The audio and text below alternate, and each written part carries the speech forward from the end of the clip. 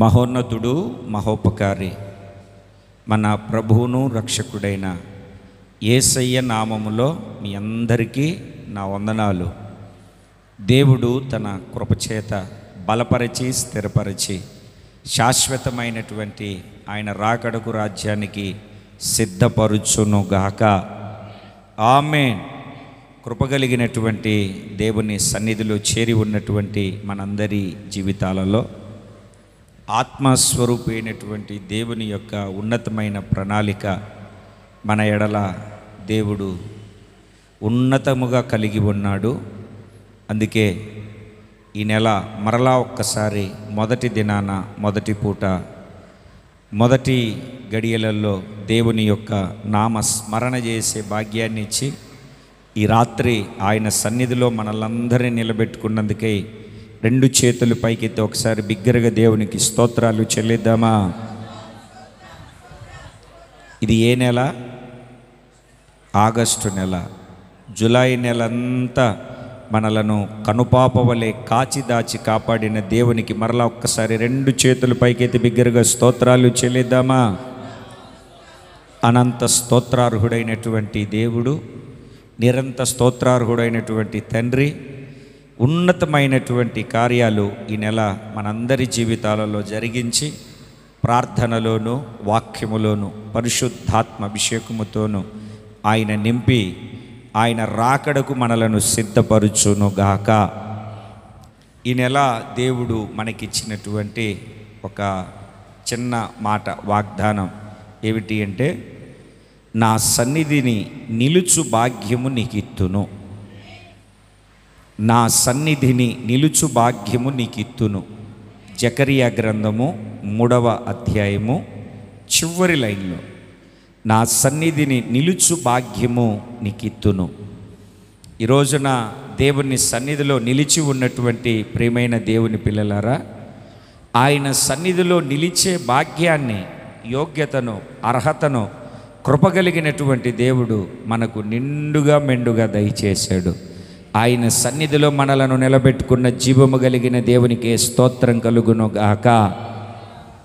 ఇదే 7వ వాక్యంలో ఇంచుమించు ఒక 3-4 ప్రసంగాలు నేను చేశాను. అది ఫేస్బుక్లో ఉంటాయి. ఆ ప్రసంగాలన్నీ మీరు వెతికితే జాగ్రత్తగా చూడగలుగుతారు. అయితే ఈరోజు నా సన్నిధిలో నిలిచే భాగ్యము, నా సన్నిధిలో నిలిచే భాగ్యము నీకు ఇస్తాను. ఇక్కడ నిలవబడు వారికి కలుగునట్లుగా, ఇక్కడ నిలబడే వారికి ఒక భాగ్యం ఉంది. ఇక్కడ నిలబడాలి అని అంటే భాగ్యము కావాలి. ఇక్కడ నిలబడడమే ఒక భాగ్యము. ఇక్కడ నిలిచి ఉండడమే భాగ్యము. భాగ్యము అని అన్నప్పుడు ఐశ్వర్యము అనుకోవచ్చు, ఆస్తి అనుకోవచ్చు, ఆధ్యాత్మికమైనటువంటి జీవితంలో అర్హత అని కూడా మనం అనుకోవచ్చు. నీ భాగ్యం ఎంత గొప్పది ఇశ్రాయేలు, నీ భాగ్యం ఎంత గొప్పది అని మనం చెప్పుకుంటూ పోతే చాలా విషయాలు మనకు కనబడతాయి. సొలొమోను రాజు దగ్గరికి వచ్చినటువంటి షెబా దేశపు రాణి ఒక్క మాట అంటది, నీ ఎదుట నిలిచి నీ జ్ఞాన వాక్యములు వినుచుండు నీ సేవకుల భాగ్యము ఎంత గొప్పది, నీ సేవకుల భాగ్యము గొప్పది అని ఆమె పొగుడుతుంది. అంటే ఆయన సన్నిధిలో మనము నిలిచి, ఆయన సన్నిధిలో నిలవబడి కృపగలిగినటువంటి దేవుని యొక్క ఉన్నతమైనటువంటి వాక్కు, కృపగలిగినటువంటి దేవుని యొక్క ఆశ్చర్యకరమైనటువంటి మాటను మనము వినడానికి, నేర్చుకోవడానికి సర్వాధికారి అయినటువంటి దేవుడు తన సన్నిధిలో మనలందరినీ నిలబెట్టుకున్నాడు. దేవుని ప్రియులారా, దేవుని సన్నిధిలో నిలబడవలసినటువంటి యోన దేవుని సన్నిధి నుండి పారిపోయి తన ఓడకు పెను ప్రమాదాన్ని కొని తెచ్చుకున్నాడు. ప్రమాదపు అంచుల్లో మునిగిపోయింది. సంపాదించిన సరుకులంతా సముద్రపాలు చేశారు. వారి ఓడకు రేగినటువంటి తుఫాను నుండి తప్పించుకోవడానికి శాయశక్తుల ప్రయత్నము చేసి విఫలమైపోయారు. కారణం ఏమిటి అని అంటే, దేవుని సన్నిధిలో నిలిచి ఉండవలసినటువంటి వ్యక్తి సన్నిధిని విడిచి పారిపోతూ ఉన్నాడు. దేవుని సన్నిధిలో ఉండకుండా పారిపోతున్నాడు. దేవుని సన్నిధిలో ఉన్నప్పుడు దేవుడు ఫలాంది చేయమని చెప్తే అది చేస్తే తనకేదైనా అపాయము, నష్టము, చావు వస్తుందని కలవరము చెంది భయపడి భయాందోళన మధ్యలో ఆలోచన చేసి దేవుని సన్నిధిలో నిలిచి ఉండవలసినటువంటి వాడు దేవుని సన్నిధి నుండి పారిపోయాడు, ప్రమాదానికి గురయ్యాడు. కయ్యను కూడా అదే అంటాడు, నీ సన్నిధి నుండి రాకుండా నన్ను వెలివేసేవయ్యా. ఆయన సన్నిధిలో నిలిచే భాగ్యాన్ని కృపగలిగినటువంటి దేవుడు మనకు దయచేస్తూ ఉన్నాడు. ఆయన సన్నిధిలో నిలిచే భాగ్యాన్ని మహోన్నతుడైనటువంటి దేవుడు మనకు కలగజేసాడు. పరిశుద్ధ బైబిల్ గ్రంథములో ఏలియా రాజుల మొదటి గ్రంథం 17వ అధ్యాయం 18వ అధ్యాయము 16వ వాక్యంలో ఏమని చెప్తాడో తెలుసా? నేను ఎవరిని సన్నిధిలో జీవించుచున్నానో ఆ జీవము కలిగిన యెహోవా తోడు. నేను ఎవరిని సన్నిధిలో నిలిచి ఉన్నానో, ఎవరిని సన్నిధిలో నిలిచి నేను జీవిస్తున్నానో, ఎవరిని సన్నిధిలో నేను ఉన్నానో అని చెప్పగలుగుతూ ఉన్నాడు. ఏలియాను మనము జాగ్రత్తగా గమనిస్తే ఆయన వాక్కును పొందుకున్నాడు. కెరీతు వాగు దగ్గరికి వెళ్ళమంటే కెరీతు వాగు దగ్గరికి వెళ్ళారు. సారెపతు విధవరాల దగ్గరికి వెళ్ళమంటే సారెపతు విధవరాల దగ్గరికి వెళ్ళాడు. రాజు దగ్గరికి వెళ్ళమంటే రాజు దగ్గరికి వెళ్ళాడు. నువ్వు వెళ్ళవలసినటువంటి ప్రయాణం ఉంది అని చెప్తే 40 రాత్రింబగళ్ళు శక్తికి మించినటువంటి ప్రయాణాన్ని చేయగలిగాడు. రాజులను అభిషేకించాడు, ప్రవక్తలను అభిషేకించాడు, అధికారులను ఆయన తన శక్తి కలిగినటువంటి మాటను ప్రవచిస్తూ ముందుకు కొనసాగించబడ్డాడు.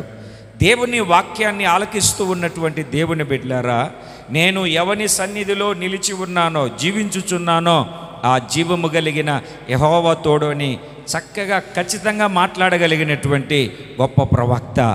ఆయన శిష్యుడైనటువంటి ఎలీషాను కూడా మనము చూస్తే రాజుల 2వ గ్రంథము 3వ అధ్యాయము 13వ వాక్యము, రాజుల 2వ గ్రంథము 5వ అధ్యాయము 16వ వాక్యాన్ని మనము జాగ్రత్తగా చదివితే ఈయన కూడా నేను ఎవరిని సన్నిధిని జీవించుచున్నానో, ఎవరిని సన్నిధిని నేను నిలిచి ఉన్నానో అని మాట మాట్లాడగలుగుతారు. తన గురువు కంటే రెండంతలు అద్భుతమైనటువంటి కార్యాలు చేయగలిగినటువంటి గొప్ప ప్రవక్తగా మనకు కనబడతాడు.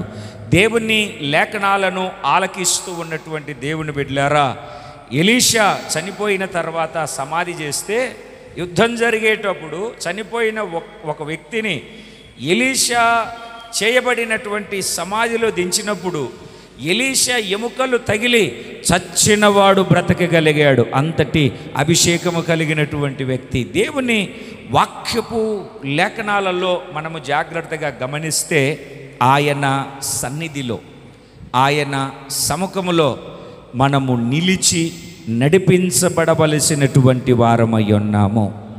అందుకే ఈ రాత్రి ఎందుకో ఈ ఆగస్టు నెలలో నా సన్నిధిని నిలుచు భాగ్యము నీకిత్తును. ఆయన సన్నిధిలో మనము నిలబడితే మన జీవితంలో ఏం జరుగుతుంది?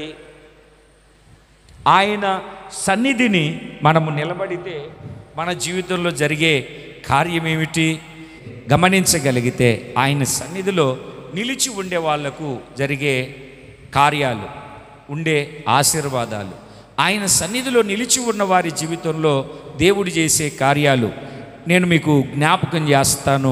మీరు చదువుతారు పరిశుద్ధ బైబిల్ గ్రంథములో ఆది కాండము 18వ అధ్యాయము 22వ వాక్యాన్ని మనము చదివితే, అబ్రహాము ఇంకా యెహోవా సన్నిధిని నిలుచుండెను. ఇంకా మీరు వాక్యాన్ని జాగ్రత్తగా గమనిస్తే ఇంటికి వెళ్ళిన తర్వాత ఆ 18వ అధ్యాయం అంతా మీరు జాగ్రత్తగా చదివితే ఆ 3 దేవదూతలు వెళుతూ ఉన్నప్పుడు గుడారపు ద్వారము దగ్గర కూర్చొని ఉన్నటువంటి అబ్రహాము వారిని ఎదుర్కోవడానికి వెళ్ళి సాష్టాంగపడి వాళ్ళను ఇంటికి పిలిచి కాళ్ళు కడుక్కోవడానికి నీళ్ళు ఇచ్చి ఆతిథ్యం ఇచ్చి ఆ ఆతిథ్యానికి తగినటువంటి రీతిగా ఆతిథ్యాన్ని కలగజేసి వారు భుజించిన తర్వాత వాళ్ళు వెళుతూ ఉన్నారు. వెళుతూ ఉంటే ఇద్దరు సొదొమ గొమొర్రాల వైపు వెళ్ళారు. ఆయన నిలిచి ఉన్నాడు. ఆ వాక్యాన్ని మనము చదివితే ఆయనతో కూడా అబ్రహాము నిలిచి ఉన్నాడు. అదే చెప్తాడు, అబ్రహాము ఇంకా యెహోవా సన్నిధిని నిలుచుండెను. మీరు ఇంకా ఆ 17వ వాక్యము కానీ ఆ 18వ వాక్యం కానీ మీరు చదివితే, నేను చేయబోవున్నది అబ్రహామునకు దాచెదనా, నేను చేయబోవున్నది అబ్రహామునకు దాచెదనా, దాయను నేను తెలియజెప్తాను. వాళ్ళు వెళ్ళిపోయారు కదా, ముగ్గురు కలిసి వచ్చారు కదా, వాళ్ళతో కూడా వెళ్ళొచ్చు కదా, ఇంకెందుకు ఆయన అక్కడే నిలబడి ఉన్నాడు? యెహోవా సన్నిధిని అబ్రహాము ఇంకా ఎందుకు నిలబడి ఉన్నాడు? అక్కడ ఎందుకు నిలబడి ఉన్నాడు? బాగా గమనించండి. నిలబడి ఉన్నప్పుడు మనకు జరిగే కార్యం ఏమిటంటే, దేవుడు మనతో ముఖాముఖిగా మాట్లాడగలుగుతాడు. ఆయన సన్నిధిలో మనము నిలబడగలిగితే పడిపోకుండా, త్రొట్టుపడకుండా, అటు ఇటు తిరగకుండా, తడబడకుండా, ఎడబాయకుండా ఆయన సన్నిధిలో మనము నిలబడగలిగితే ఆయన ముఖాముఖిగా మాట్లాడతాడు.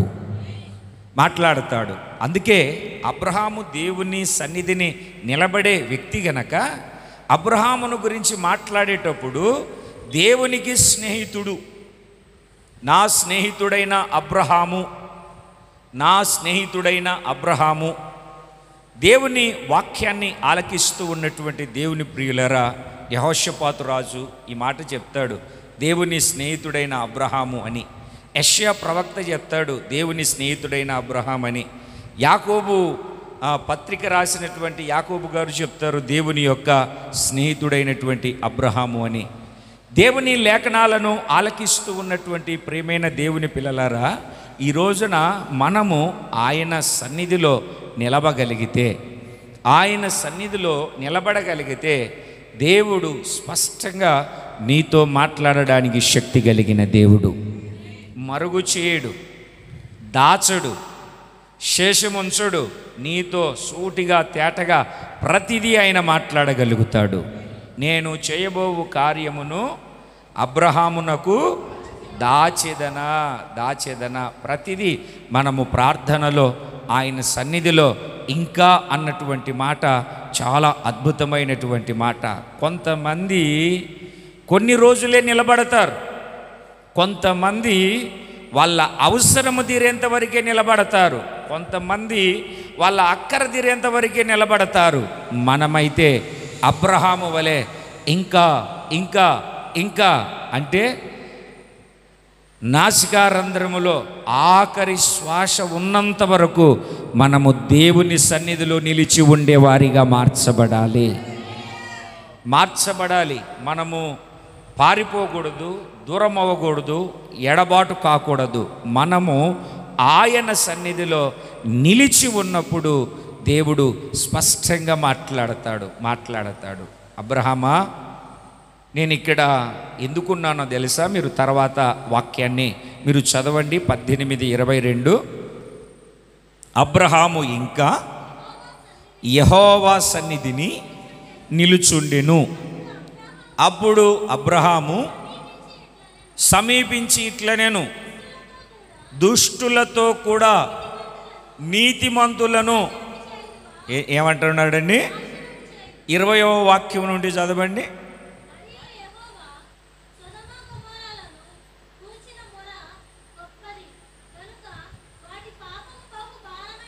వాటి పాపము బహుభారమైనది గనుక నేను దిగిపోయి మొర చొప్పుననే చూచెదను. నేను అక్కడ నుండి తిరిగి సొదొమ వైపుగా వెళ్ళిరి. అబ్రహాము ఇంకా యెహోవా సన్నిధిని నిలిచి ఉండెను. దేవునికి స్తోత్రం కలుగును గాక. ఇప్పుడు మన ఇంటికి ఎవరన్నా కారు వేసుకొని వచ్చారనుకోండి, ఇంటి దగ్గరికి కారు రాదు, ఎక్కడో బయట పెట్టి ఉంటారు. ఆ కారు దాకా వాళ్ళను తీసుకొని వెళ్ళి ఆ కారు మలుపు తిరిగేంత వరకు వాళ్ళను టాటా బాయ్ బాయ్ అని చెప్పుకుంటే వెళ్ళిపోతాం. ఇంతకు ముందైతే చాలా రోజుల తర్వాత చుట్టాలు వచ్చేవాళ్ళు కనుక 2 రోజులు పెట్టుకొని వాళ్లకు మర్యాదలు చేసి ఆతిథ్యం ఇచ్చి వాళ్ళను ఘనపరిచి ఏమిటండి వాళ్ళు బస్సు ఎక్కేంత వరకు ఆ మెట్ట దాకా రోడ్డు మీద దాకా తీసుకొని వెళ్ళి వాళ్ళని ఎక్కించి వచ్చేవాళ్ళు. ఆతిథ్యం ఇచ్చిన తర్వాత ఆ ముగ్గురితో కలిసి అబ్రహాము నడుస్తూ వచ్చాడు. ఇద్దరేమో సొదొమ వైపు వెళ్ళారు. ఎందుకు వాళ్ళు అక్కటుంటి వచ్చారు అని అంటే, ఈ సొదొమ గొమొర్రాల పాపము దేవుని దగ్గరికి వెళ్ళింది మొర. అది సంపూర్ణమైందా లేదా చూసి తెలుసుకోవడానికి దేవుడు బాగా గమనించండి, ఏదైనా సరే అది పాపమైనా సరే పరిశుద్ధత అయినా సరే సంపూర్ణమయ్యేంత వరకు ఏది చేయడు ఆయన. ఏమయ్యేంత వరకు? సంపూర్ణమయ్యేంత వరకు ఏది చేయడు. పాపము సంపూర్ణమైందా లేదని చూడ్డానికి వచ్చాడు. వచ్చినప్పుడు వాళ్ళ పాపము సంపూర్ణమైనప్పుడు అగ్ని గంధకాలతో దాన్ని తగలబెడతాడు. వాళ్ళు వెళ్ళిపోయారు అది చూడ్డానికి. ఆయన ఇంకా అక్కడే నిలబడి ఉన్నాడు. మనం వాక్యం చదువుతున్నాము, అబ్రహాము ఇంకా యెహోవా సన్నిధిని నిలుచుండెను. అప్పుడు మాట్లాడుతున్నాడు, అయ్యా ఒకవేళ 50 మంది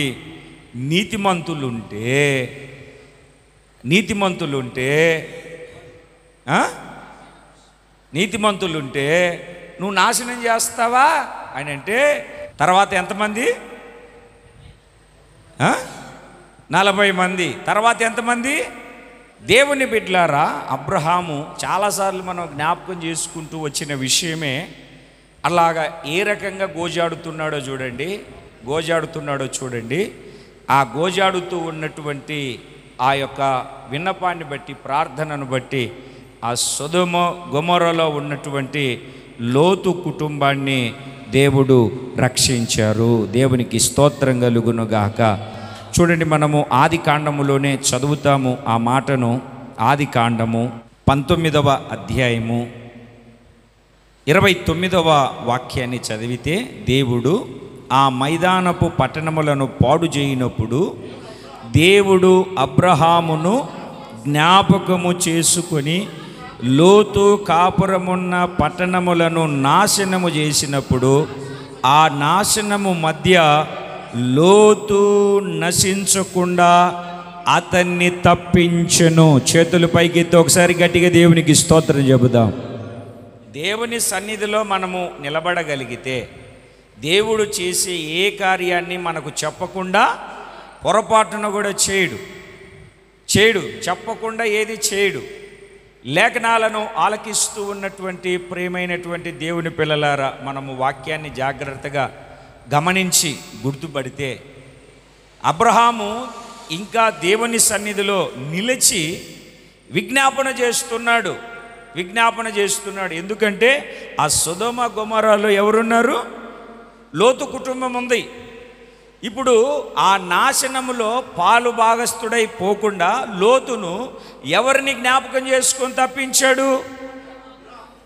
ఎవరిని జ్ఞాపకం చేసుకునండి?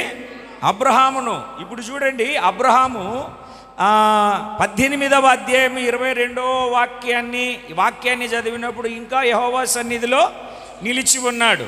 ఇప్పుడు వాళ్ళు మాట్లాడుకున్నారు, ఎవరి దారిన వాళ్ళు వెళ్ళిపోయారు. ఇదే 19వ అధ్యాయం 27వ వాక్యాన్ని చదవండి. మీరు 19:27 చదవండి. తెల్లవారినప్పుడు అబ్రహాము లేచి తాను యెహోవా సన్నిధిని నిలిచిన చోటికి వచ్చి, 2 చేతుల పైకెత్తి గట్టిగా దేవునికి స్తోత్రం చెబుదాం. తాను యెహోవా సన్నిధిని నిలిచిన చోటికి వచ్చి, యెహోవా సన్నిధిలో మొదట ఎక్కడైతే నిలబడ్డాడో, ఎక్కడైతే యెహోవా సన్నిధి ఉందో అక్కడికి మరలా అబ్రహాము వచ్చి తెల్లవారినప్పుడు, నిన్న వచ్చాడు, నేడు వచ్చాడు, నిన్న నేడు మాత్రమే కాదు, మనము రేపు కూడా దేవుని సన్నిధికి రావాలి. రేపు పగలు వస్తాము, రేపు రాత్రికి వస్తాము, ఎల్లుండి పగలు కూడా మనం వస్తాము. ఇంకా ఇంకా ఇంకా అబ్రహాము యెహోవా సన్నిధిలో నిలిచి ఉన్నాడు. చేతుల పైకి ఎత్తి బిగ్గరగా దేవునికి స్తోత్రం చెబుదాం. చెప్పాలని ఒకసారి గట్టిగా చెప్పాలి. అబ్రహాము ఇంకా యెహోవా సన్నిధిని చెప్పాలి, కొంచెం గట్టిగా చెప్పాలి. దాని ఫలితం ఏమిటి? యెహోవా సన్నిధిలో ఎవరు నిలిచి ఉంటారో వాళ్లకు దేవుడు చేయబోయే ఏ కార్యమును దాచిపెట్టడు. చాలాసార్లు నేను చెప్తా ఉంటాను, సన్నిధి వచ్చినప్పుడల్లా మీకు బోరు కొట్టినా పర్వాలేదు, దేవుని బిడ్డలారా, నేను దేవుణ్ణి నమ్ముకొనక ముందు నాకు పిల్లలు పుట్టరని చెప్పాను. దేవుని నమ్ముకున్న తర్వాత మీరు చూస్తూ ఉన్నారు, చక్కటి బిడ్డలను దేవుడు దయచేశాడు. మొదట దేవుడు నాకు బిడ్డనిచ్చేటప్పుడు మగపిల్లోని ఇస్తానని చూపెట్టాడు. అబ్బా కాదయ్యా, నాకు ఆడపిల్ల కావాలి అని ప్రార్థన చేసుకున్నాను. దేవుడు ఆడపిల్లనిచ్చాడు. సేవలేకి వచ్చిన తర్వాత మరలా ప్రార్థన చేసుకుంటూ ఉంటే ఆడపిల్లని ఇస్తానన్నాడు. ఆడపిల్లని ఎక్కడ పెంచుతాం? మగపిల్లోడు ఉంటే డ్రమ్ము కొట్టడమో, లేకుంటే ఆడపిల్లలు కూడా కొడతారులేండి, ఉంటే బాగుంటుంది ప్రభువా, సేవలో ఇంకా కొంచెం బలంగా ముందుకు వెళ్ళొచ్చు అని ప్రార్థన చేస్తే మగపిల్లోని ఇచ్చాడు. మీరు చూస్తున్నారు కన్నులారా. ఇది ఎవరు నమ్మినా నమ్మకపోయినా ఆయనకు నాకు తెలుసు. ఆయన సన్నిధిలో నిలిచే భాగ్యాన్ని దేవుడు ఈ నెల మనకి ఇస్తానన్నాడు. ఆయన సన్నిధిలో మనము నిలబడితే ఆయన చేయబోయేది, నీ పట్ల చేయబోయేది, నీ ప్రాంతము పట్ల చేయబోయేది ప్రతిదీ నీకు స్పష్టంగా తెలియచెప్తాడు. అది తెలియజెప్పినప్పుడు నీవు అడగవలసిన రీతిగా అడిగితే, సొదొమ గొమొర్రా పట్టణాన్ని నాశనం చేస్తానని చెప్పాడా? చెప్పినప్పుడు అబ్రహాం ప్రార్థన చేశాడా? 50 మంది, 45 మంది, 40 మంది, 30 మంది, 20 మంది, 10 మంది అన్నాడా? ఇప్పుడు దేవునికి అర్థమైపోయింది ఎవరిని బట్టి ఇలా గోజాడుతున్నాడు. లోతు కుటుంబాన్ని బట్టి. ఆ అగ్ని గంధకాలతో ఆ పట్టణాన్ని నాశనం చేసేటప్పుడు వాక్యాన్ని మనం చదువుతూ ఉన్నాము.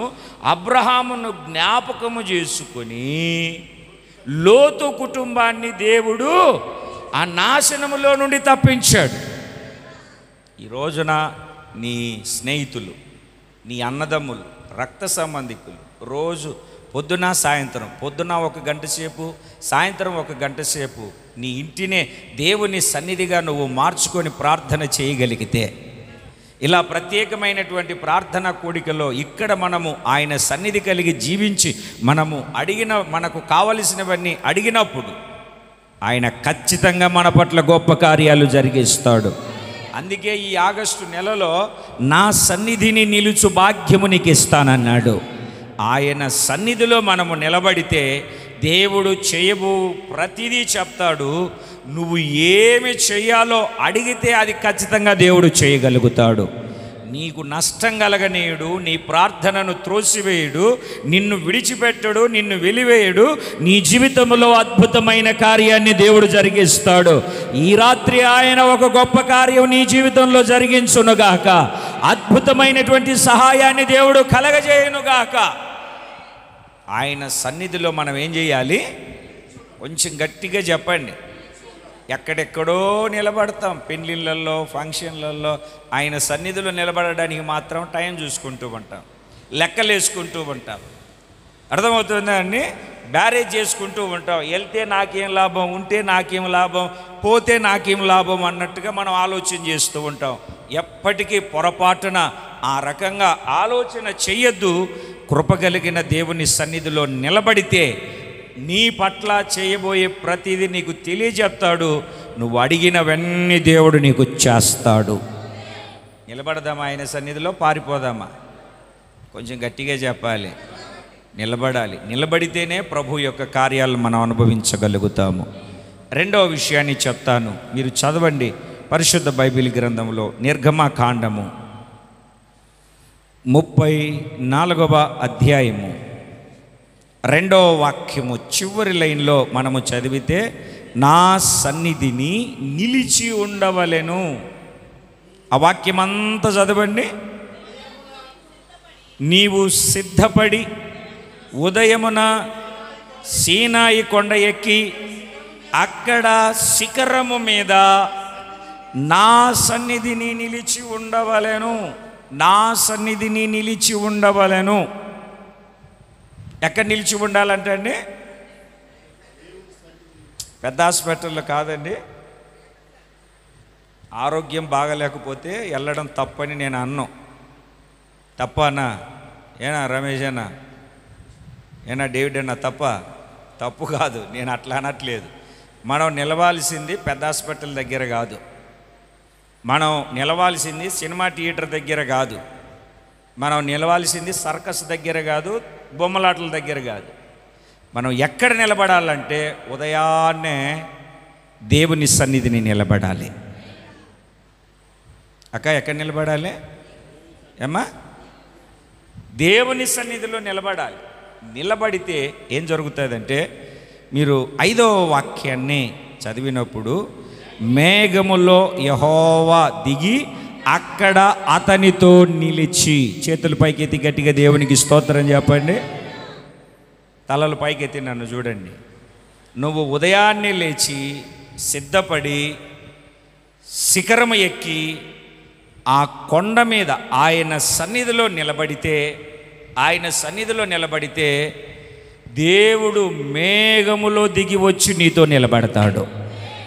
ఆ రోజు మోషేతో నిలబడిన దేవుడు ఈరోజు నీతో కూడా నిలిచి ఉండుటకు శక్తి కలిగిన దేవుడు.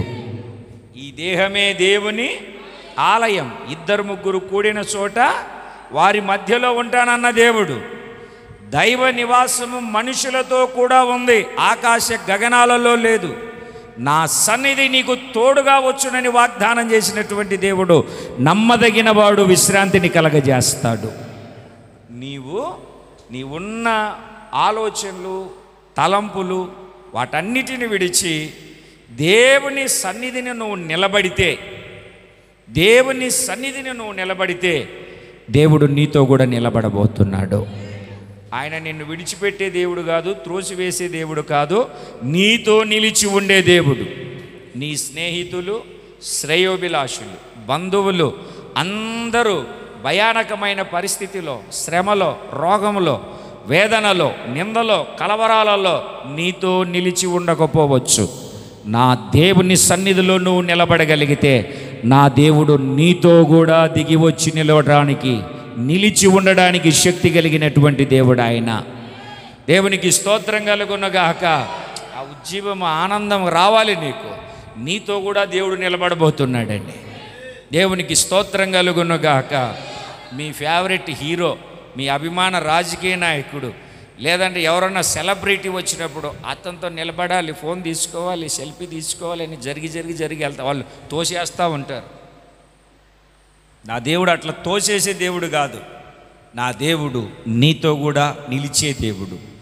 ఇంకా లోతులోనికి వెళితే ఆయన వారితో కూడా నడిచాడని దేవుని యొక్క వాక్యం రాస్తుంది. గాఢాంధకారపు లోయలో కూడా నీతో వస్తాడు.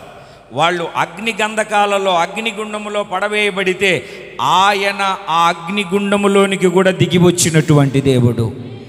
మేఘంలోనైనా నిలబడతాడు, అగ్నిలోనైనా నిలబడతాడు, జలముల మధ్యలోనైనా ఆయన తోడై ఉంటాడు. ఆయన లేని చోటు ఏది ఉండదు, ఆయన కన్నులకు మరుగైంది ఏదీ లేదు.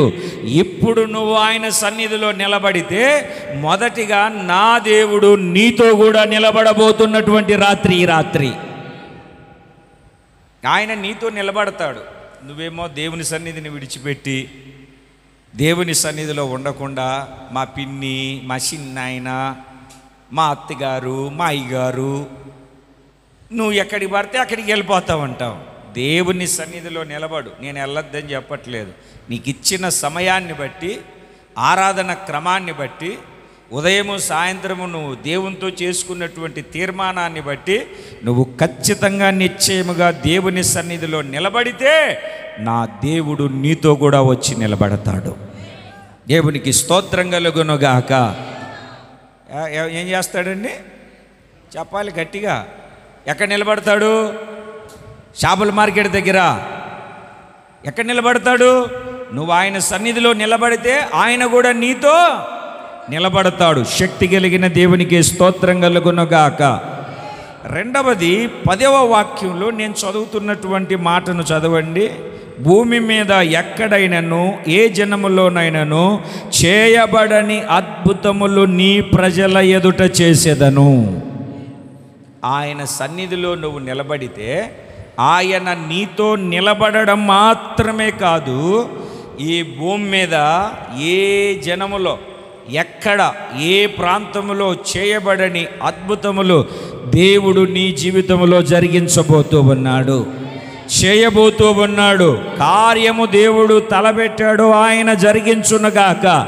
నీ జీవితంలో వేదన, కలవరం, ఇబ్బంది, అప్పులు, ఆర్థిక సమస్యలు, రోగాలు, ప్రతి విషయంలో నువ్వు నలిగిపోతున్నటువంటి భయంకరమైనటువంటి పరిస్థితుల్లో నా దేవుడు నీతో నిలిచి అద్భుతమైన కార్యాలు చేయబోతున్నాడు. ఎప్పుడు ఎక్కడ జరగని ఒక కార్యం ఈ మాసంలో నా దేవుడు జరిగించునుగాక. నా దేవుడు జరిగించునుగాక. అద్భుతమైన కార్యాలు ప్రతి ఒక్కరము అనుభవించుదుముగాక. అది ఈ రాత్రే నా దేవుడు ప్రారంభించాడు, అందుకు దేవునికి స్తోత్రం. జరిగించబోతున్నాడు, దేవునికి స్తోత్రం. దేవుని మహిమ దిగి వచ్చింది, ప్రతి ఒక్కరి మీదకి దిగి వచ్చింది. అద్భుతమైన కార్యాలు ఎక్కడ ఏ జనములో జరగని గొప్ప కార్యాలు జరుగునుగాక, జరుగునుగాక, జరుగునుగాక. ఆయన జరిగించునుగాక. అద్భుతమైన కార్యాలు దేవుడు జరిగించబోతున్నాడు. ఈ రాత్రి కృప కలిగినటువంటి నా దేవుని సహాయం నీ మీదికి రాబోతూ ఉంది. ఎప్పుడు ఎక్కడ ఏ జనములో జరగని అద్భుతమైన కార్యాలు మనందరము అనుభవించుదుముగాక. దేవునికి స్తోత్రం కలుగునుగాక. ఇప్పటి వరకు నీ జీవితంలో జరగని గొప్ప కార్యాలు దేవుడు జరిగించునుగాక. దేవుని బిడ్డలారా, ఆయన సన్నిధిలో మనము నిలిచి ఉండాలి. నిలిచి ఉంటే ఆయన నీతో వచ్చి నిలబడతాడు. నీ జీవితంలో భూమి మీద ఎక్కడ జరగని ఏ జనములో చేయబడని అద్భుతమైనటువంటి కార్యాలు నీ ప్రజల ఎదుట. నీ ప్రజలు ఎవరు? అదే మిమ్మల్ని దూషించారు కదా, నీది ఒక బ్రతికే అని లోపల అనుకున్నారు కదా, మనల్ని అనకుండా చీ అన్నారు కదా. వాళ్ళ మధ్యలో కూడా చేయడానికి నా ప్రభు శక్తి కలిగిన దేవుడు. ఆయన ఏ కార్యమైనా చేయడానికి సమర్థుడు. ఆయన మాత్రమే శక్తి కలిగిన దేవుడై ఉన్నాడు. 2 చేతుల పైకెత్తి సంతోషంగా దేవునికి స్తోత్రం చెబుదాం. అయితే నువ్వు చేయాల్సినటువంటి ఓ పని ఉంది. అదేమిటంటే, దేవుని బిడ్డలారా, నువ్వు వాక్యాన్ని జాగ్రత్తగా గమనిస్తే నువ్వు చేయవలసినటువంటి పని ఏమిటంటే 4వ వాక్యములో, కాబట్టి అతడు మొదటి పలకల వంటి 2 పలకలను చెక్కెను. ఎందుకు చెక్కాడు? మొదటి వాక్యంలో చదివితే పగలగొట్టాడు. దేవుడు చెక్కి, దేవుడు ఆ వైపున ఈ వైపున రాసిస్తే ఆ పలకల్ని ఈయన గారు ఏం చేశారు? పగలగొట్టారు. అయితే దేవుడు, నేను ఇచ్చినవి పగలగొట్టావు, నేను ఇచ్చింది పోగొట్టుకున్నావు. కోపం ఎక్కువ అయ్యగారికి, కోపము ఎక్కువ. చూశాడు, పగలగొట్టేశాడు. 40 రాత్రింబగళ్ళు ఉన్నాడా? ఏమిటండి, కొండ దిగేంత వరకు పట్టుకొని వచ్చాడా? వాళ్ళని చూశాడు, పగలగొట్టేశాడు. మనం కూడా అప్పుడప్పుడు ఏం చేస్తామో తెలుసా? వాళ్ళని చూసి వీళ్ళని చూసి, పులిని చూసి నక్క వాతలు పెట్టుకున్నట్టుగా వాళ్ళట్లా నేనిట్లా అని చెప్పేసి మన జీవితాన్ని, ఆత్మీయతను, పరిశుద్ధతను, ప్రార్థనను మనం పగలగొడతా ఉంటాం. ఇప్పుడు మరలా నువ్వేం చేయాలంటే, దేవుడు చెక్కిన పలకల్లాంటి పలకలు ఇప్పుడు నువ్వు చెక్కాలి. అప్పుడు ఆయన ఇస్తే పోగొట్టుకున్నావు. ఇప్పుడు మరలా నీ ఆత్మీయతను నువ్వు చెక్కుకోవడం ప్రారంభించాలి, పరిశుద్ధతను చెక్కుకోవడం ప్రారంభించాలి, నీ ఆత్మ సంబంధమైన జీవితాన్ని చెక్కుకోవడం నువ్వు ప్రారంభించాలి. చెక్కుకొని వాటిని నువ్వు చెక్కి చేతపట్టుకొని రెండవదిగా ఆయన సన్నిధిలో నిలబడాలి.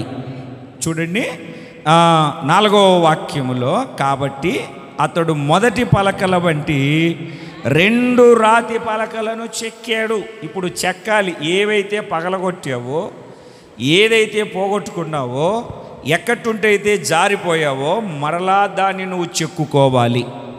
దేవునికి స్తోత్రం కలుగునుగాక. చెక్కిన తర్వాత ఏం చేయాలి అంటే, ఉదయమున పెందలకడ లేచి,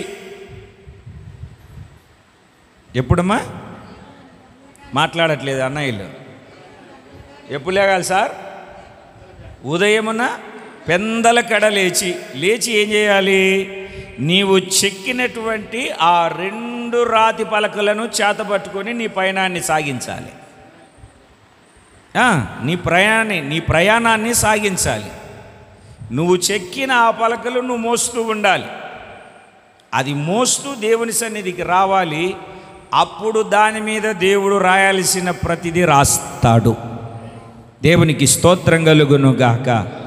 ఏం చేస్తాడండి? రాయాల్సిన ప్రతి మాట రాస్తాడు. నువ్వు దేవుని సన్నిధిలో నిలబడితే ఆయన మేఘములో దిగి నీతో నిలబడతాడు. నీతో నిలబడడం మాత్రమే కాదు, భూమి మీద ఎక్కడైనను ఏ జనములోనైనను చేయబడని అద్భుతములు నీ ప్రజల ఎదుట చేసేదను. ఇదొక వాగ్దానం. ఎప్పుడైనా జ్ఞాపకం చేసుకుందాం. ప్రభు సెలవిస్తే అద్భుతములను చేసేదను. ఆయన చేసే దేవుడు. దేవునికి స్తోత్రం కలుగునుగాక. 3వ విషయాన్ని చెప్తాను, చదవండి మీరు. కొరింథీయులకు రాసిన 2వ పత్రిక, దీనవృత్తాంతముల 2వ గ్రంథం, దీనవృత్తాంతముల 2వ గ్రంథం 20వ అధ్యాయము 13వ వాక్యాన్ని చదవండి.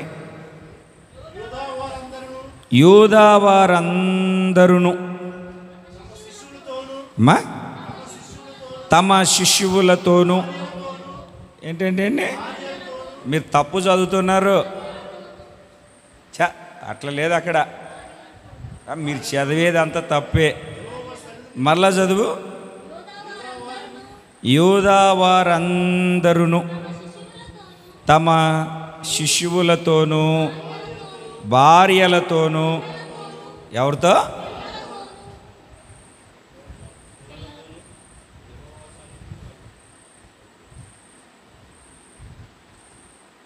మన పిల్లలేరి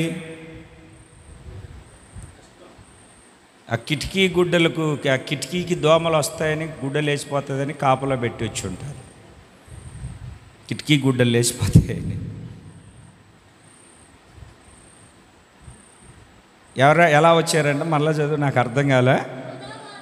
యూదా వారందరూ తమ శిష్యువులతోనూ భార్యలతోనూ పిల్లలతోనూ యెహోవా సన్నిధిని నిలవబడిరి. కుటుంబాలుగా దేవుని సన్నిధిలో ఉన్నారు. కుటుంబాలుగా దేవుని సన్నిధిలో కనబడుతున్నారు. మరి మనము దాని ఫలితం ఏమిటి అంటే, యుద్ధం చేయకుండా, కత్తి పట్టకుండా, యుద్ధ సన్నద్ధులై సైన్యములో నిలిచి ఉన్నప్పుడు దేవుడు యుద్ధాన్ని చేసి జయాన్ని కలగజేశాడు. ఏ శత్రువులైతే కయ్యానికి కాలు దువ్వుతూ కత్తి చేతబట్టి వీళ్ళ మీదకి వచ్చారో అదే శత్రువులను కొల్ల సొమ్ము దోచుకునేటట్లుగా నా దేవుడు చేశాడు. కాపరుల దుర్గము దగ్గరికి వచ్చేసరికి శత్రువులంతా, 3 ప్రాంతాల నుండి వచ్చినటువంటి శత్రువులంతా వాళ్ళే కొట్టుకొని వచ్చారు. అసలు యూదా వారిని కొట్టడానికి వచ్చి, యూదా వారితో యుద్ధం చేయడానికి వచ్చి వాళ్ళే యుద్ధం చేసుకొని చచ్చి శవాలయ్యారు. ఆ శవాల దగ్గర కొల్ల సొమ్ము వలుచుకోవడానికి 3 దినాలు పట్టింది. 4వ దినమున బెరాకా లోయలో కూడి సర్వోన్నతుడైనటువంటి దేవుని నామాన్ని స్తుతించారు. అందుకే ఆ లోయకు బెరాకా అని పేరు పెట్టాడు. అంటే స్తుతిలో ఆశీర్వాదం. మీరు చక్కగా చదువుతారు ఆ మాటను. దేవుని పరిశుద్ధ నామమునకు మహిమ కలుగునగాక. 4వ రోజు, 3 రోజులు వాళ్ళు చేసినటువంటి పని ఏమిటంటే, వాళ్ళు ఎంత ఎంత ఒలుచుకోవాలనుకున్నారో అంత ఒలుచుకొని నెత్తి మీద పెట్టుకొని వెళ్ళిపోయారు. ఇవన్నీ, ఈ ఆశీర్వాదాలన్నీ ఎక్కడి నుండి వచ్చాయి? ఈ ఆశీర్వాదాలన్నీ ఎక్కడ సంపాదించుకున్నారు? ఈ జయం వాళ్ళకి ఎక్కడి నుండి వచ్చింది? మనకెందుకు అపజయం కలుగుతుంది? ఎందుకు వేస్తున్న పంట రావట్లేదు? చేస్తున్న పని, చేతులు కష్టార్జితం కలిసి రావట్లేదు? అపజయమే మనకి ఎందుకు ఎదురవుతుంది? ఇబ్బందుల మధ్యలో ఎందుకు ఇరుక్కొని పోతున్నాము? అరకత్తెరలో పోగ చెక్కలాగా ఎందుకు అతలాకుతలమైపోతున్నాము? ఎందుకు మన స్థితి, మన జీవితంలో, మన కుటుంబ పరిస్థితుల్లో గందరగోళంగా మార్చబడుతుంది? చినిగిన సంచిలో చిల్లర వేసినట్లుగా అపజయాల మధ్యలో ఎందుకు కృంగిపోతున్నాం? ఎందుకు జయాన్ని మనము చేపట్టలేకపోతున్నాం? ఎందుకు విజయ పతాకాన్ని ఎగరవేయలేకపోతున్నాం? ఎందుకు అపజయం మన జీవితం తలుపు తట్టి మనల్ని పిలిచి ద్వారం తెరిచి ఆహ్వానిస్తుంది? ఎందుకు నష్టం? ఎందుకు కలవరం? కారణం ఏంటో తెలుసా? నువ్వు నిలబడాల్సిన చోట నిలబడట్లేదు, రావాల్సిన చోటికి రావట్లేదు, ఉండాల్సిన రీతిగా ఉండట్లేదు. నువ్వు రావాల్సిన చోటికి వచ్చి నిలబడాల్సిన చోట నిలబడితే, ఉండాల్సిన రీతిగా ఉండగలిగితే, నువ్వు పోరాడకుండానే జయ పతాకాన్ని నీ చేతిలో పెట్టి నీకు జయాన్ని, గెలుపును దయచేయగలిగిన దేవుడు మనం ఆరాధిస్తున్న దేవుడు. రెండు చేతులు పైకెత్తి గట్టిగా దేవునికి స్తోత్రం చెబుదాం. ఆయన జయాన్ని ఇస్తాలే అని చెప్పేసి దుప్పటి కప్పుకొని పడుకోమని కాదు. నువ్వు చేయాల్సింది నువ్వు చేయాలి. దేవుడు చేయాల్సింది దేవుడు చేసి నీ జీవితంలో అద్భుతం జరిగిస్తాడు. దేవునికి స్తోత్రం కలుగునుగాక. దైవజనులు ఏసన్న గారు చెప్తూ ఉంటారు, సంవత్సరం అంతా చదవడంట, ఆఖరిలో ఆ మార్చి నెలలో స్కూల్ పిల్లల కోసం ప్రార్థనలన్నీ పెట్టినప్పుడు వచ్చి పెన్నుకు ప్రార్థన చేయించుకొని వెళ్తాడంట. ఆయన అంటాడు, నేను ప్రార్థన చేసినప్పుడు ఎవడు పాస్ అవ్వలేదు. ఎందుకంటే ఆడు చదవడు, ఆడు చదివితే పాస్ అవుతాడు. ఆ చదవకుండా పెన్నుకు ప్రార్థన చేయించుకున్న వెంటనే నేను జయాన్ని, ర్యాంకును సంపాదించుకుంటామంటే అవుతుందా? నువ్వు చదవాలి, ప్రయాసపడాలి, దేవుని కృప కొరకు కనిపెట్టుకోవాలి. నేను ప్రయాసపడను, పడుకుంటాను, తిరుగుతాను, అక్కడిక్కడ తిరుగుతాను, నాకు జయం కావాలంటే పొరపాటును కూడా రాదు. దేవుని సన్నిధిలో నిలబడితే ఎలా నిలబడ్డారు వాళ్ళు? కుటుంబాలుగా నిలబడ్డారు. అందుకే వాళ్ళు జయాన్ని పొందుకున్నారు. ఉపవాస ప్రార్థన చేశారు. ఉపవాస ప్రార్థన చేయడానికి దేవుని సన్నిధిలో నిలబడ్డారు. నేను మొన్న ఓ ప్రాంతానికి వెళ్ళాను. ఓ ప్రాంతానికి వెళితే ఇంటర్ చదువుతున్నటువంటి పిల్లలు, కాలేజీకి వెళ్ళలేదా? లేదండి, 3 రోజులు ప్రతిష్ఠిత ప్రార్థనలు కదా, ఈ 3 రోజులు అయిపోయిన తర్వాత వెళ్తామండి.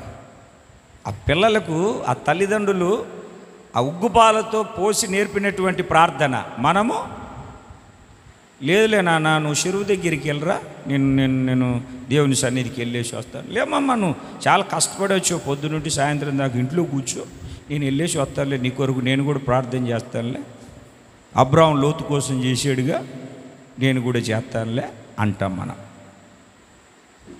దేవుని వాక్యాన్ని ఆలకిస్తూ ఉన్నటువంటి ప్రియమైన పిల్లలారా, ఎవరంటండి వాళ్ళు? శిశువులు, భార్యలు, పిల్లలు. శిశువులంటే చంటి పిల్లలు, నడవలేని స్థితి కలిగిన వాళ్ళు శిశువులు. అర్థమైందండి? ఆ కొన్ని సంవత్సరాలు పాలు విడిచేంత వరకు శిశువులు, వాళ్ళను కూడా తీసుకొని వచ్చారు. నేను కొంతమంది సేవకుల చరిత్ర చదువుతున్నప్పుడు ఇలాగనే వాళ్ళు ప్రారంభపు దినాలలో పరిచర్య ప్రారంభించినప్పుడు ఆ పిల్లలందరినీ ఈ బలిపీఠం మీద తీసుకొని వచ్చి ఆ చంటి పిల్లల్ని కూడా తీసుకొని వచ్చి అక్కడ పడేసి ఏడ్చి ప్రార్థన చేసినటువంటి వాళ్ళు ఇప్పుడు వేలుగా సంఘాలు అక్కడ సమకూర్చబడుకున్నారు. రావాలి, ఒళ్ళు నలగకూడదు, చెమట పట్టకూడదు, ఏదో అట్లా వచ్చేసి కనబడి సలాం పెట్టేసి సంతకం పెట్టేసి వెళ్ళిపోవాలన్నట్టుకుంటే కుదరదు. దేవుని సన్నిధిలో పరిచర్య కొరకు, జయం కొరకు, ఒక గొప్ప కార్యం కొరకు నువ్వు ఎంతో పాటుపడగలగాలి, ఎంతో శ్రమించగలగాలి. నీ కష్టార్జితం, నీ యొక్క ప్రార్థన, నీ యొక్క పరిచర్య, నీ ప్రయాసం ఎంతో ఉంటే కానీ పరిచర్య అభివృద్ధి చెందదు, నీ జీవితం ఆశీర్వదించబడదు. నువ్వు ఒక జయ జీవితాన్ని పొందుకోవాలి అంటే దేవుని బిడ్డలారా, వాళ్ళు ఉపవాస ప్రార్థన చేయడానికి శిశువులు, భార్యలు, పిల్లలతో కూడా యూదా వారు వచ్చారు. దేవుని సన్నిధిలో నిలబడ్డారు, ఉపవాస ప్రార్థన చేశాడు. యుద్ధం చేయకుండానే జయించారు. రావట్లేదు, గట్టిగా రావట్లేదు. ఏం చేయకుండానే జయించారు? యుద్ధం చేయకుండానే వాళ్ళకు గొప్ప జయ జీవితాన్ని పొందుకున్నారు. యుద్ధం చేయకుండానే వాళ్ళు విజయ పతాకాన్ని ఎగరవేయగలిగారు. మరి ఈ రాత్రి, ఈ ఆగస్టు నెల దేవుడు మనకిచ్చిన వాగ్దానం, అందరూ చెప్పండి గట్టిగా, నా సన్నిధిని నిలుచు భాగ్యము నీకెత్తును. ఆయన సన్నిధిలో నిలిస్తే ఆయన నీతో చెప్పకుండా ఏది చెయ్యడు, నువ్వు చెప్పిందంతా చేస్తాడు. ఆయన సన్నిధిలో నువ్వు నిలబడగలిగితే ఆయన నీతో నిలబడతాడు. భూమి మీద ఎక్కడ ఏ జనము మధ్య చేయబడని అద్భుత కార్యాలు దేవుడు జరిగిస్తాడు. ఆయన సన్నిధిలో నిలబడగలిగితే యుద్ధం చేయకుండానే జయాన్ని ఇస్తాడు. ఆయన యుద్ధం చేసి నీకు జయాన్ని ఇస్తాడు. నువ్వు నిలవాలి, ఉపవసించాలి, ప్రార్థన చేయాలి, ప్రభు పాదాలు పట్టుకొని బ్రతిమిలాడాలి. రావాల్సిన చోటికి రావాలి, నిలవాల్సిన స్థలంలో నిలబడాలి, చేయాల్సింది చేయాలి. సమస్తము కొనసాగించు పరిశుద్ధాత్ముడు విజయోత్సవముల చేత నిన్ను ఊరేగించబోతున్నటువంటి రాత్రి ఈ రాత్రి. ఆయన నీకు జయాన్ని కలగజేయునుగాక. అపజయం, నష్టం, కలిసి రాలేదు, ఓడిపోయాను అని పొరపాటున కూడా నువ్వు అనవు. నువ్వు చేయాల్సింది చేస్తే, నీకు ఇష్టం వచ్చింది, నీకు నచ్చింది నువ్వు చేస్తే దానికి ఎవరేం చేయాలి? దేవుని పరిశుద్ధ నామానికి మహిమ కలుగునుగాక. చెప్పాలి సంతోషంగా, హల్లెలూయా, హల్లెలూయా. ఆయన సన్నిధిలో నిలబడితే నీకు వచ్చే ఆశీర్వాదాలు చెప్పాను. మరి నువ్వు ఆయన సన్నిధిలో పడిపోకుండా, త్రుట్రిల్లిపోకుండా, జారిపోకుండా, ఓడిపోకుండా ఉండాలంటే నువ్వేం చేయాలి? మీరేం చేస్తే ఆయన సన్నిధిలో మీరు నిలిచి ఉంటారు? క్లుప్తంగా ఒక 3 మాటలు నేను మీకు దేవుని యొక్క వాక్యంలో చూపించి ముగిస్తాను. చదవండి. మీరు బైబిల్ తెచ్చుకొని ఉంటే పరిశుద్ధ బైబిల్ గ్రంథాన్ని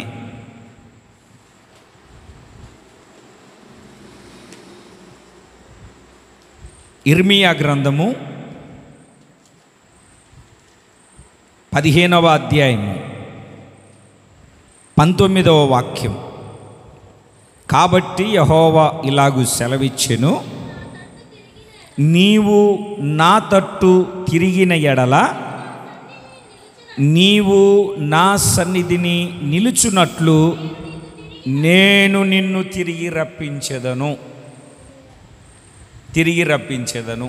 బాగా గమనించండి వాక్యాన్ని.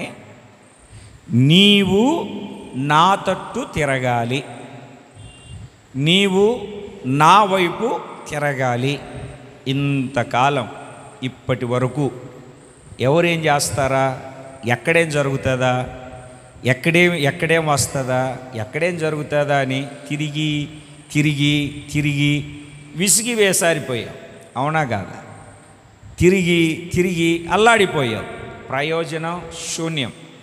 ఏ మాత్రము ప్రయోజనం లేదు, ఏ మాత్రము ఉపయోగం లేదు. 18 సంవత్సరాల నుండి రక్తస్రావ రోగం చేత 12 సంవత్సరాల నుండి రక్తస్రావ 12 సంవత్సరాల నుండి రక్తస్రావ రోగము కలిగినటువంటి స్త్రీ కూడా తిరిగి తిరిగి అనేక వైద్యుల చేత ఎన్నో తిప్పలు పడింది. నా యేసయ్య వస్త్రపు చెంగును ముట్టే చాలు అనుకుంది. నా యేసయ్య దగ్గరికి వచ్చింది, వస్త్రపు చెంగును ముట్టింది. ఇప్పుడు తిరిగి తిరిగి తిరిగి, ఏది ఫ్యాన్ తిరిగినట్టు కాదు, మనకి ఇష్టం వచ్చినట్టుగా, మనకు నచ్చినట్టుగా, మనము కోరుకున్నట్టుగా ఎవరేది చెప్తే మాట్లాడట్లేదు మీరు. ఎవరేది చెప్తే ఆ పలానా చోటికి వెళ్తే ఇట్లంట, అలాంటి చోటికి వెళ్తే అట్లంట, అలాగంట, ఇలాగంట అని తిరిగి తిరిగి తిరిగి తిరిగి ఏమన్నా ప్రయోజనమా అంటే ఏమాత్రము ప్రయోజనము లేదు. ఏలినవాడా, రాత్రంతా విసిరాను లాగాను, ఒక్క చేప కూడా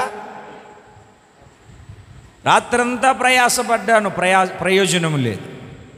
దేవుని బిడ్డలారా, ఇక్కడ వాక్యాన్ని చదివితే మన ఇష్టం వచ్చినట్టుగా, ఎవరో చెప్పినట్టుగా, మన ఆలోచన ఎట్లా నడిపిస్తే అట్లా, ఎవరు ఏది చెప్తే అది విని తిరిగి తిరిగి ఏమైపోయామంటే విసికి వేసారిపోయాం.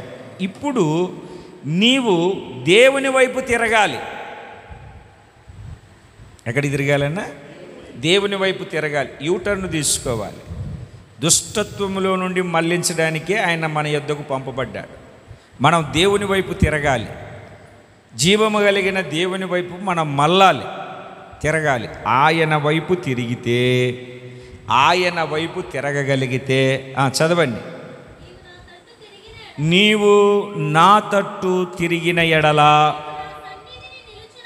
నీవు నా సన్నిధిని నిలుచున్నట్లు నేను నిన్ను తిరిగి రప్పిస్తాను. రెండు చేతులు పైకెత్తి దేవునికి స్తోత్రం చెబుదాం. హోషేయ గ్రంథం, దానియేలు గ్రంథం తర్వాత హోషేయ గ్రంథం 6వ అధ్యాయము మొదటి వాక్యాన్ని చదవండి. మనము యెహోవా యొద్దకు మరలుదము రండి, ఆయనే మనలను స్వస్థపరచును, ఆయనే మనలను బాగు చేయును. రెండు చేతులు పైకెత్తి గట్టిగా దేవునికి స్తోత్రం చెబుదాం. ఆయన యొద్దకు తిరిగితే ఎందుకు ఆయన మనలను కొట్టాడు, ఎందుకు ఆయన మనలను చీల్చాడు అంటే, మనము ఆయన తట్టుగాక వేరే తట్టు తిరిగాం, తిరగకూడని స్థలాలకు తిరిగాం, వెళ్ళకూడని చోట్లకు వెళ్ళాం. అయితే కొట్టాడు, చీల్చాడు. ఇప్పుడు ఆయన ఏం చేయబోతున్నాడు అని అంటే, స్వస్థపరచబోతున్నాడు, బాగు చేయబోతూ ఉన్నాడు. ఆయన నిన్ను బాగు చేయునుగాక, ఆయన నిన్ను బాగు చేయునుగాక. 3వ వాక్యాన్ని చదివితే, యెహోవాను గూర్చిన జ్ఞానము సంపాదించుకొందము రండి. యెహోవాను గూర్చిన జ్ఞానము సంపాదించుకొనుటకు ఆయనను అనుసరింతము రండి. ఉదయము తప్పక వచ్చు రీతిని ఆయన ఉదయించును, వర్షము వలె ఆయన మన యొద్దకు వచ్చును. భూమిని తడుపునట్టి తొలకరి వర్షమును కడపటి వర్షము వలె ఆయన మన యొద్దకు వస్తాడు. దేవునికి స్తోత్రం కలుగునుగాక. ఉదయం వస్తుందా రాదా?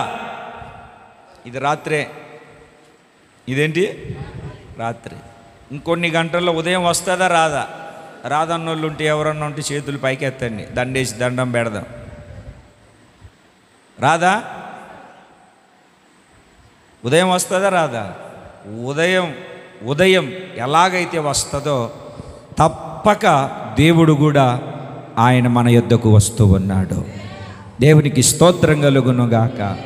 అయితే ఇప్పుడు మీరైనా, నేనైనా, ఎవరైనా చేయాల్సినటువంటి ఒకే ఒక పని, ఒకే ఒక కార్యం ఏమిటంటే, ఆయన తట్టు తిరగాలి. అదే చెప్తున్నాడు హోషేయ గ్రంథంలో. మనం చదివే 6వ అధ్యాయంలో ఏం చదివే? మొదటి వాక్యంలో యెహోవా యొద్దకు మళ్ళుదేవరాడు.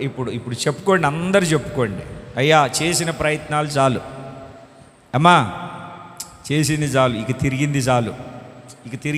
చూశాను, నేను చూశాను, తిరిగింది చాలు. ఇప్పుడు రండి, దేవుని దగ్గరికి వెళ్దాం, రండి ఆయన యొద్దకు వెళ్దామని ఆయన వైపు మల్లుకొని ఆయన దగ్గరికి వస్తే దేవుడు ఏం చేస్తాడట?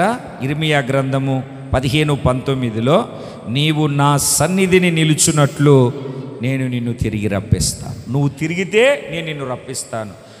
నేను నిన్ను రప్పించి ఎక్కడ నిలబెడతాను? నా సన్నిధిని నిలబెడతాను నేను. రెండు చేతులు పైకెత్తి గట్టిగా దేవునికి స్తోత్రం చెబుదాం. ఏమిటండి? ఈ రోజున మనము ఆయన సన్నిధిలో నిలవాలంటే, ఆయన సన్నిధిలో నిలబడాలంటే, ఆయన సన్నిధిలో మనం నిలిచి ఉండాలంటే, మనం ఇప్పుడు ఆయన తట్టు తిరగాలి. ఎక్కడికి తిరగాలన్నా? దేవుని తట్టు తిరగాలి, దేవుని వైపు తిరగాలి. అంటే ఆయన వైపు చూస్తూ, ఆయన మీద ఆనుకొని, ఆయన మీద ఆధారపడి, ఆయనను ఆశ్రయముగా మనం చేసుకోగలిగితే దేవుడు ఖచ్చితంగా మన పట్ల ఒక గొప్ప కార్యాన్ని దేవుడు జరిగించబోతూ ఉన్నాడు. ఇదే ఇర్మియా గ్రంథం 35వ అధ్యాయం. ఇర్మియా గ్రంథం 35వ అధ్యాయం 19వ వాక్యం చివరిలో యెహోవా సెలవిచ్చున్నదేమనగా, నా సన్నిధిని నిలుచుటకు రేకాబు కుమారుడైన యెహోనాదాబునకు సంతతివాడు ఎన్నడూ నుండకుండా మానడు. అతని సంతానము భూమి మీద లేకుండా పోదు, క్షీణించకుండా పోదు, తప్పకుండా అతని సంతానం ఉంటుంది. ఎవరి సంతానము? రేకాబు సంతానం, రేకాబు కుమారుడి సంతానము. దేవుని బిడ్డలారా, 35వ అధ్యాయము 2వ వాక్యాన్ని చదవండి. ఎందుకు ఆయన సన్నిధిలో రేకాబు సంతానము వాళ్ళ సంతతి ఎందుకు ఆయన సన్నిధిలో నిలిచి ఉంటుంది అక్కడ చక్కగా చెప్తాడు. చదువునా? రేకాబీయుల యొద్దకు పోయి వారితో మాట్లాడి, ఏమిటండి ఏం చేయాలంటే అండి? వాళ్ళతో మాట్లాడి. 5వ వాక్యాన్ని చదవండి.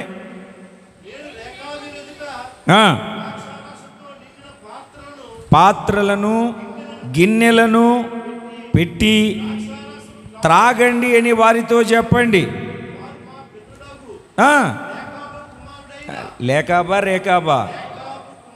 రేకాబు కుమారుడైన యెహోనాదాబు మీ సంతతి వారైనను, చూడండి గుర్తుపెట్టుకోండి, ఎప్పుడును ద్రాక్షారసము త్రాగకూడదని మాకు ఆజ్ఞాపించెను గనుక మేము ద్రాక్షారసము త్రాగము. మీరు ఇండ్లు కట్టుకొనవద్దు, విత్తనములు విత్తవద్దు, ద్రాక్ష తోట నాటవద్దు, అది మీకు ఉండకూడదు. మీరు పరవాసము చేయుచు ఈ దేశములో దీర్ఘాయుష్మంతులగునట్లు మీ దినములన్నీ గుడారములలోనే మీరు నివసింపవలెనని అతడు ఆజ్ఞాపించాడు. అలా అని చెప్పాడు పిల్లలతో. రేకాబు చెప్పాడు, మీరు ద్రాక్షారసం త్రాగొద్దు. ఏం తాగద్దు సార్? ద్రాక్షారసం తాగొద్దు. మీరు ఇండ్లు కట్టుకోవద్దు, విత్తనాలు వేయొద్దు, ద్రాక్ష తోటలు నాటొద్దు. మీరు బ్రతికినంత కాలం ఎలాగుంటారంటే గుడారములలోనే నిలబడండి, గుడారంలోనే ఉండండి. ఎక్కడికి వెళ్ళినా మీరు టెంట్ వేసుకొని టెంట్లోనే జీవించండి. ఇల్లు కట్టుకోవద్దు, ఏం చేసుకోవద్దు, మీరు టెంట్లు వేసుకోండి. అక్కడే రేకాబు సంతానం వెళ్ళి వాళ్ళ దగ్గరికి వెళ్ళి ద్రాక్షారసం పెట్టి తాగు అనను అనోళ్ళు ఎవరు లేరు కదా ఇక్కడ అని గుటక్కున లోపల వేసుకొని వచ్చేసేది. సమయం దొరికితే, అదును దొరికితే ఎవరు చూసారులే, ఉపవాసం అంటారా? ఎవరు చూస్తున్నారు? ఒక అరడజన్ ఇడ్లీ లేపేద్దాం. దేవుని సన్నిధిలో ఉన్నాం మనం. ఇంటికి ఇంటికి ఇంటికి ఇంటికి ఇంటికి ఇంటికి దేవునికి స్తోత్రం కలుగునుగాక. చెప్పండి ఒకసారి గట్టిగా. అర్థమవుతుందండి? ఇంటికి ఇంటికి ఇంటికి. దేవుని వాక్యాన్ని ఆలకిస్తున్నటువంటి దేవుని బిడ్డలారా, రేకాబు కుమారులు ఆయన సన్నిధిలో ఉండునట్లుగా దేవుడు వాళ్ళకు అవకాశం ఇస్తున్నాడు.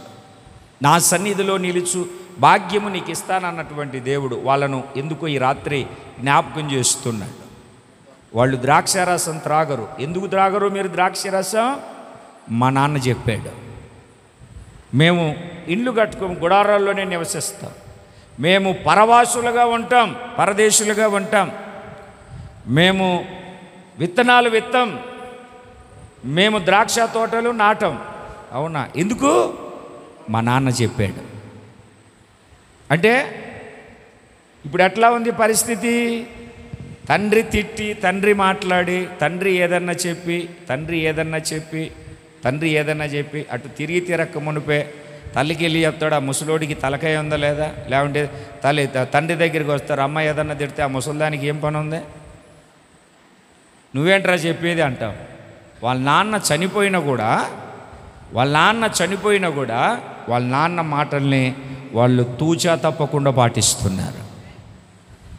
అందుకే తండ్రి ఆజ్ఞను గైకుంటున్నారు గనుకనే సామెతల గ్రంథకర్త చెప్తాడు, నీ తండ్రి ఆజ్ఞను గైకొను, నీ తండ్రి ఉపదేశాన్ని త్రోసివేయద్దు, నీ తండ్రి చెప్పిన మాటలు వినాలి అని మనం ఈ రాత్రి జ్ఞాపకం చేసుకుంటున్నాం. మన తండ్రి చెప్పినట్టుగా రేకాబు తన పిల్లలకు చెప్తేనే తమ పిల్లలు చెప్తూ ఉన్నారు. దాన్ని చూసినటువంటి దేవుడు వాళ్ళని విడిచిపెట్టలే. వాళ్ళు ఇల్లు కట్టుకోకపోవచ్చు, విత్తనాలు విత్తకపోవచ్చు, ద్రాక్ష తోటలు నాటుకోకపోవచ్చు, నా సన్నిధిలో నిలిచే భాగ్యాన్ని వాళ్ళకి ఇచ్చినట్టుగా ఈ రాత్రి నేను మీకు ఇవ్వబోతూ ఉన్నాను. నీవు కూడా దేవుని మాటను వినగలిగితే, దేవుని మాటకు లోబడితే, తండ్రి కుమారుని ఎలాగైతే గణపరుస్తాడో మలాకి గ్రంథం 1వ అధ్యాయంలో మీరు చదువుతారు ఆ మాట. 2వ వాక్యంలో కానీ 3వ వాక్యంలో కానీ మలాకి గ్రంథము 1వ అధ్యాయము 3వ వాక్యం కానీ 2వ వాక్యాన్ని చదవండి. తండ్రి తన కుమారుణ్ణి గణపరుచున్నట్లుగా రాసి ఉంటుంది. కనబడలేదనుకుంటా.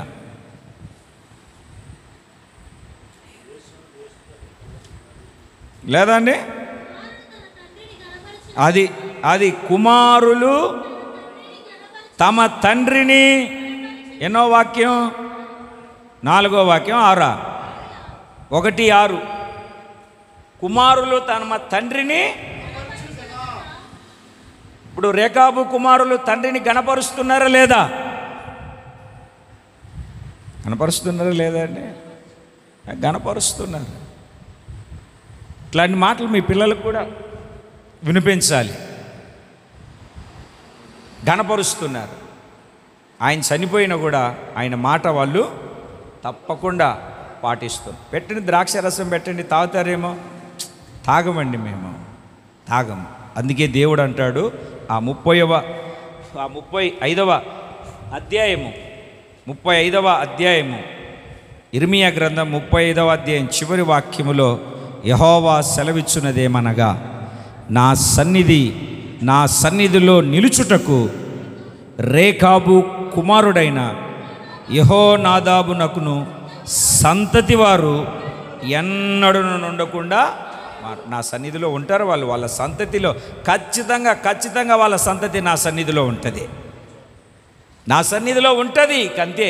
కారణం ఏమిటంటే తండ్రి మాటకు శిరస్సు వంచుతున్నారు, తండ్రి మాటకు లోబడుతున్నారు, తండ్రి ఏది చెప్తే, తండ్రి ఏదైతే సెలవిస్తే ఆ తండ్రి మాటకు జవదాటట్లేదు. మొదటిది ఆయన తట్టు తిరగాలి, రెండవదిగా తండ్రి మాటకు లోబడాలి. మూడో విషయాన్ని చెప్పి నేను ముగిస్తాను. మీరు చదవండి పరిశుద్ధ బైబిల్ గ్రంథంలో దీనవృత్తాంతముల 2వ గ్రంథం, దీనవృత్తాంతముల 2వ గ్రంథం 34వ అధ్యాయము 31వ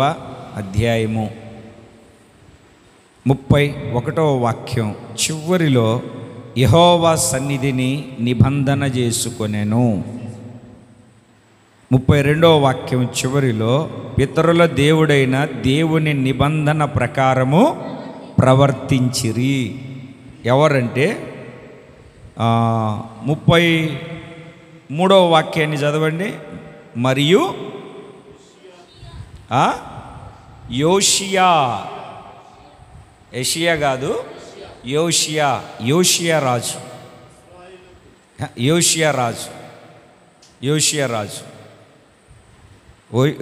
రాజు హుల్దా అన్నటువంటి ప్రవక్త్రి ఒక ఆమె ఉంది.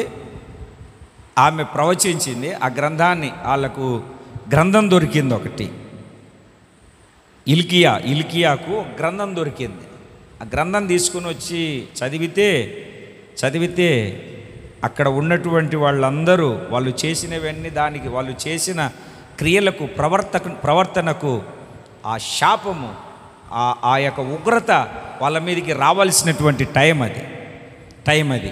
అప్పుడు ఈ యోషియా ఏం చేశాడంటే 27వ వాక్యాన్ని మనం చదివితే, నీ మనస్సు మెత్తనిదై ఈ స్థలము మీదికి దాని కాపురస్తుల మీదికి దేవుడు పలికిన మాటలు నువ్వు వినినప్పుడు నా సన్నిధిని నిన్ను నీవు తగ్గించుకొని నీ వస్త్రములు చింపుకొని నా సన్నిధిని కన్నీరు విడిచితివి గనుక నీ మనవి నేను అంగీకరించి తిని.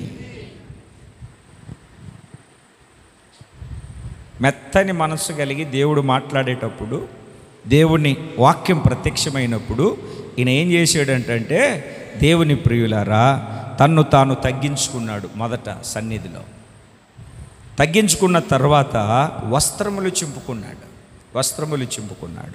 వస్త్రములు చింపుకొని దేవుని సన్నిధిలో కన్నీరు కార్చాడు. ఈ 3 పనులు చేశాడు. తగ్గించుకున్నాడు, తన వస్త్రములను, యోవేలు ప్రవక్త చెప్తాడు, వస్త్రములు కాదు చింపుకోవాల్సింది, మీ హృదయాన్ని చింపుకోవాలి. దేవుని సన్నిధిలో కన్నీరు కార్చాడు.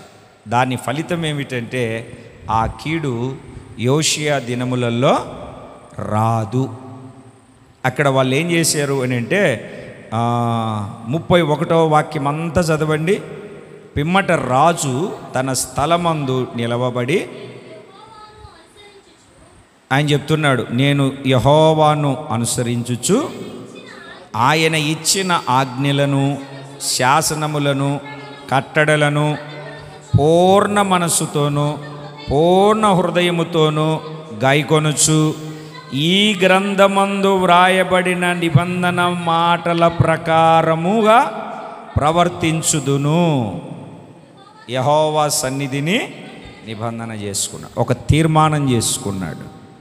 ఆ 32 చివరిలో మనము చదివితే, నిబంధన ప్రకారము రాజు ప్రవర్తించారు, అక్కడ ఉన్నటువంటి జనాలు కూడా ప్రవర్తించారు. దాని ఫలితం ఏమిటంటే, ఉగ్రత నుండి తప్పించబడ్డారు. ఉగ్రత నుండి తప్పించబడింది. ఉగ్రత ఆ రాజు ఉన్నటువంటి దినములలో ఉగ్రత కలగలేదు. ఆ ఉగ్రత దాటుకొని ముందుకు వెళ్ళగలిగారు. ఈ రాత్రి దేవుని సన్నిధిలో మనము నిలబడగలిగితే, దేవుని సన్నిధిలో మనము నిలిచి ఉండగలిగితే, దేవుని బిడ్డలారా, ఆయన చేసే అద్భుతమైన కార్యాలు ఏమిటి అంటే, నీకు చెప్పకుండా ఏది చేయడు, నువ్వు చెప్పింది చేస్తాడు.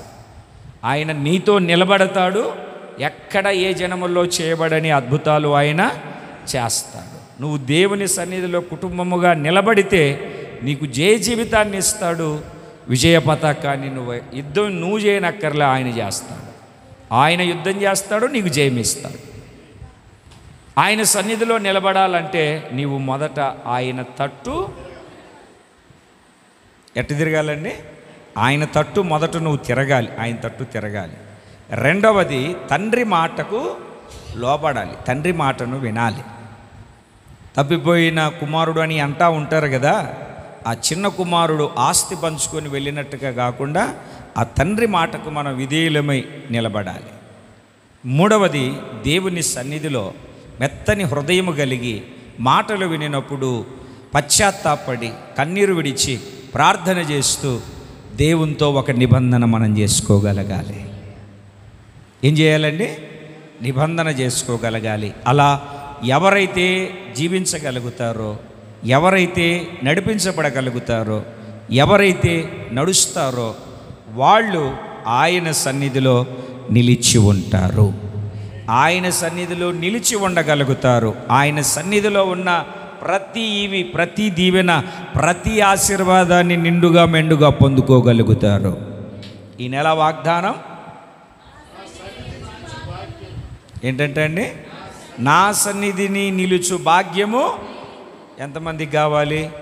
కళ్ళు మూసుకోండి, 2 చేతులు పైకి ఎత్తండి. ఓ చిన్న తీర్మానం చేసుకుందాం. రాజు నిబంధన చేసినట్టుగా దేవునితో ఒక మాటను అడగండి. అయ్యా, నా జీవితంలో జయం లేదు, అపజయం, ఏది చేసినా విఫలమైపోతున్నా, నష్టమే కనపడుతుంది, కష్టమే మిగులుతుంది. దేవా, ఈ రాత్రి నువ్వు మాట్లాడుతూ వచ్చావు. నీ మాటను బట్టి నేను నీతో నిబంధన చేస్తున్నాను. అయ్యా, ఒక్కసారి మీరు నన్ను జ్ఞాపకం చేసుకోండి అయ్యా. ఒక్కసారి కృప కలిగినటువంటి మీ హస్తాన్ని చాపండి అయ్యా. అయ్యా నేను నీ తట్టు తిరుగుతానయ్యా. అయ్యా నాకు ఆరోగ్యాన్ని కలగచేయ్యా. ఆయనే చీల్చాడు, ఆయనే బాగు చేస్తున్నాడు, ఆయనే కొట్టాడు, ఆయనే స్వస్థపరచబోతున్నాడు. ఈ రాత్రి దేవుని సన్నిధిలో నిలబడ్డ దేవుని బిడ్డ వైరాగ్యంతో, పట్టుదల కలిగి, పౌరుషంతో ఒక చిన్న ప్రార్థన చేసుకో. నెలలు క్యాలెండరీలో పేజీలు తిప్పుతున్నాం. జీవితంలో ఏ ప్రయోజనం లేకుండా నిష్ప్రయోజనమైన పరిస్థితుల్లో నిలబడ్డాం. ఈ నెల పేజీగా తిరగాల్సింది నీ చరిత్ర తిరగబడాలి. ఈరోజు పేజీ కాదు తిరగాల్సింది, అద్భుతమైన కార్యం జరిగేటట్లుగా దేవుడు నీ తట్టు తిరగబోతున్నాడు. 2 చేతులు ఆకాశం వైపు చాపి మొరపెట్టు. 2 చేతులు ఆకాశం వైపు చాపి దేవునితో ఒక నిబంధన చేసుకో. నా లోపం ఏంటో నాకు చెప్పయ్యా. నేను నీకు వ్యతిరేకంగా బ్రతికానయ్యా. అయ్యా నీ గాయాలలో ఏలు పెట్టి పలుమార్లు రేపానయ్యా. అయ్యా నన్ను క్షమించయ్యా. ఒక్కసారి ఆయన పాదాలు పట్టుకుందాం. ఈ రాత్రి దాటిపోని దేవుడు నీ దగ్గర నిలిచి నిన్ను వెనుతట్టి ధైర్యపరచబోతున్నాడు.